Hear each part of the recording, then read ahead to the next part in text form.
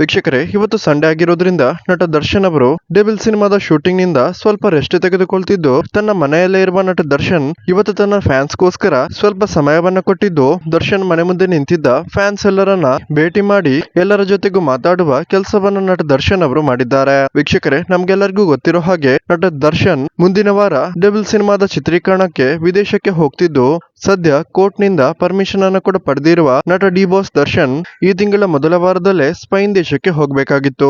Court ಅನುಮತಿ ಕೊಟ್ಟಿರುವ ಹಾಗೆ ಈ ತಿಂಗಳ 1ನೇ ತಾರೀಕಿನಿಂದ 30ನೇ ತಾರೀಕಿನವರೆಗೂ ವಿದೇಶಕ್ಕೆ ಹೋಗಿ ಡೆವಿಲ್ ಸಿನಿಮಾದ ಚಿತ್ರೀಕರಣಕ್ಕೆ ಅವಕಾಶವಿದ್ದು, ಕಾರಣಾಂತರಗಳಿಂದ ನಟ ದರ್ಶನ್ ವಿದೇಶಕ್ಕೆ ಹೋಗಲು ಸಾಧ್ಯವಾಗಿರಲಿಲ್ಲ.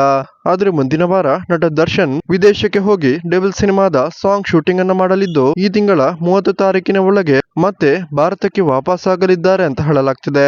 ವೀಕ್ಷಕರೇ, ಯಾರೆಲ್ಲ ಡಿ ಬಾಸ್ ಫ್ಯಾನ್ಸ್ ಈ ವಿಡಿಯೋವನ್ನ ನೋಡ್ತಿದ್ದೀರಾ, ನೀವು ಸಹ ಡೆವಿಲ್ ಸಿನಿಮಾಗೋಸ್ಕರ ವೇಟ್ ಮಾಡ್ತಿದ್ದೀರಾ ಅಂದ್ರೆ ಈ ವಿಡಿಯೋಗೊಂದು ಲೈಕ್ ಕೊಡಿ ಮತ್ತು ಜೈ ಡಿ ಬಾಸ್ ಅಂತ ಕಮೆಂಟ್ ಮಾಡಿ ತಿಳಿಸಿ.